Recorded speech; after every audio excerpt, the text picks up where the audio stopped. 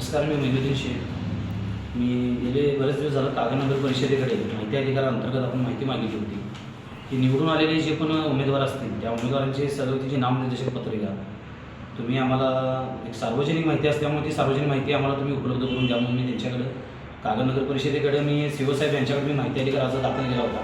पण अद्याप त्याच्यावरती काय त्यांनी आपल्याला माहिती अधिकाराची माहिती काय दिल्या नाही आहे आणि तिच्यामध्ये आपण उमेदवारांचे त्यांचे ॲफिडेविट जातीचे दाखले जात पडताळणी पावती सही शिक्का तुम्ही करून द्या व ज्या जातीचे दाखले आहेत ते शासन क्रमांक अनुक्रमांक शासन क्रमांक जेवढा आहे त्या हिशोबानं तुम्ही ते आम्हाला यादी तुम्ही द्या म्हणून। पण आता 1 महिना होऊन गेला तरी जनमाहिती अधिकाऱ्यांना काय माहिती मिळाली नाही आहे।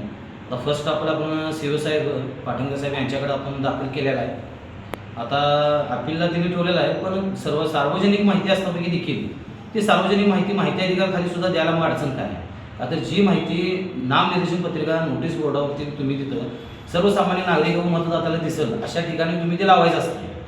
मग अशी माहिती तुम्ही मात्र माहिती अधिकाराखाली माहिती देत असताना मात्र तुम्ही पुढं मागं का बघा लागलाय असं। त्यामुळे बरेच प्रश्न आमच्या मला उद्भवायला लागतात की काय म्हणजे काय जातीची दाखले चुकीचे आहे, काय नामनिर्देशन पत्रिका चुकल्या, काय गुन्हे दाखल आहेत सरळ दाखवायला नाहीत, काय आपत्ती जास्त आहेत कमी दाखवल्यात, नेमकं आम्ही समजायचं काय। फक्त आमची मागणी माहिती फक्त आम्हाला करून दे, दुसरं तर आम्हाला काय नाही।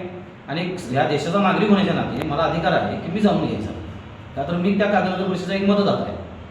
मग माहिती देण्यास जर त्यांनी टाळाटाळा म्हणजे आता करत आहेत तर या संदर्भात त्यांनी लवकरात लवकर आपल्याला माहिती पुरता नाही केली तर जे कायद्यानुसार जी गोष्टी ते आपण करू, नसेल तर मग आपल्याला न्यायालयीन लढावा लागला तर आपण लढावास आपण तयार आहोत। राजकीय दबाव आहे का त्यावर?